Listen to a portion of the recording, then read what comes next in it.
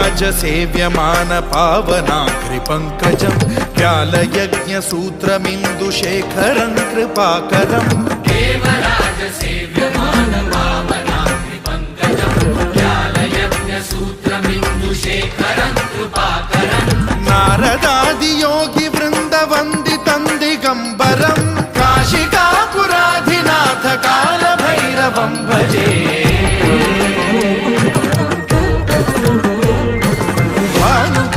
भास्वरं भवाब्धितारकं परं नीलकण्ठमीप्सितार्थदायकं त्रिलोचनं कालकालमम्बुजाक्षमक्षशूलमक्षरं काशिकापुराधिनाथ कालभैरवं भजे।